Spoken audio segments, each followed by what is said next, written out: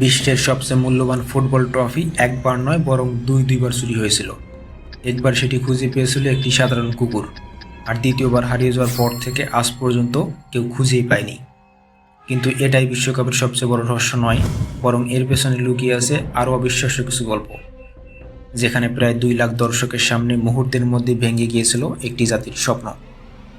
অথবা সেই কিশোরের গল্প যে মাত্র 17 বছর বয়সে পুরো পৃথিবীকেই তাক লাগিয়ে হয়ে উঠেছিল ফুটবলের রাজা, এবং ফুটবল ইতিহাসের সেই 36 বছরের অপেক্ষার অবসান। তো চলুন আজ জানি ফিফা বিশ্বকাপের সেই অজানা ইতিহাস, যা শুনে আপনিও চমকে যাবেন।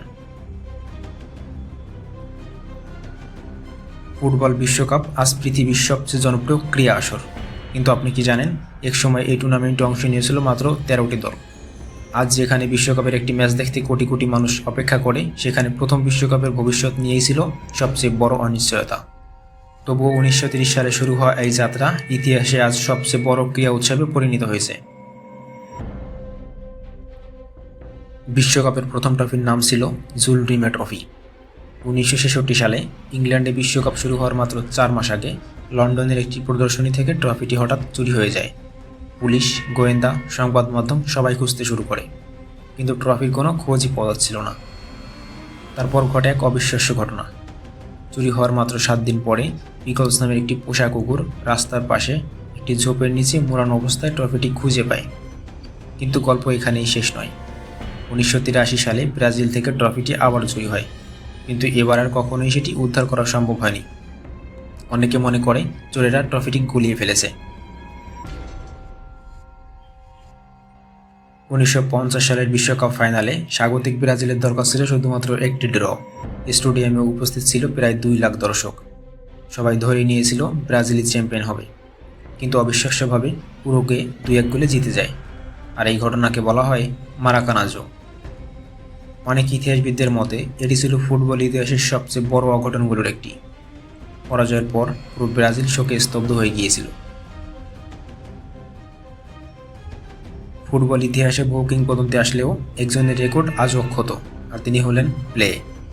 মাত্র 17 বছর বয়সে বিশ্বকাপ জয় করেন তিনি, আর এরপর মোট 3 বার বিশ্বকাপ জয়, যা আজ পর্যন্ত কোনো খেলোয়াড়ই করে দেখাতে পারেননি। তাই তাকে বলা হয় ফুটবলের রাজা। 2022 সালে কাতারে অনুষ্ঠিত বিশ্বকাপ ছিল ইতিহাসের অন্যতম নাটকীয় আসর। বিশ্বজুড়ে কোটি কোটি মানুষ অপেক্ষা করছিলেন কেবলমাত্র একজন মানুষের জন্য, আর তিনি হলেন লিওনেল মেসি। বহুবার চেষ্টা করেও বিশ্বকাপ জিততে পারেননি, কিন্তু 2022 সালে তিনি অবশেষে ট্রফি জয় করেন। অনেক ফুটবল বিশ্লেষক এটিকে বিশ্বকাপ ইতিহাসের সবচেয়ে আবেগঘন মুহূর্তগুলোর একটি বলে মনে করেন। আগের বিশ্বকাপগুলোতে যেখানে অংশ নিত 32টি দল, সেখানে 2026 সালে প্রথমবারের মতো অংশ নিতে যাচ্ছে 48টি দল, এবং যার আয়োজক হবে যুক্তরাষ্ট্র, কানাডা এবং মেক্সিকো। এবং এটি হতে যাচ্ছে ইতিহাসের সবচেয়ে বড় বিশ্বকাপ। অনেকে মনে করেন শুধুমাত্র অলিম্পিকই বড়, কিন্তু বিশ্বকাপের জনপ্রিয়তা অবিশ্বাস্য। বিশ্বকাপের ফাইনাল ম্যাচ একসঙ্গে শত শত কোটি মানুষ দেখে। কিছু দেশের জনসংখ্যার চেয়েও বেশি মানুষ একটি ম্যাচ দেখার জন্য টিভির সামনে বসে পড়ে, আর যেটা আমাদের ধারণার বাইরে। ফুটবল কেবল খেলা নয়, এটি আবেগ, সংস্কৃতি এবং গর্বের একটি প্রতীক। একটি ট্রফি যা কিনা 2 বার চুরি হয়েছে। একটি খেলা যা কখনো একজন কিশোরকে রাজা বানিয়েছে, আবার কখনো কোটি মানুষের হৃদয় ভেঙেছে। হ্যাঁ, এটাই ফিফা বিশ্বকাপ।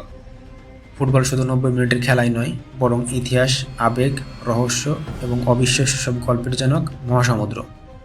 ভিডিওর কোন তথ্যটি আপনাকে সবচেয়ে বেশি অবাক করেছে কমেন্টে লিখে জানান।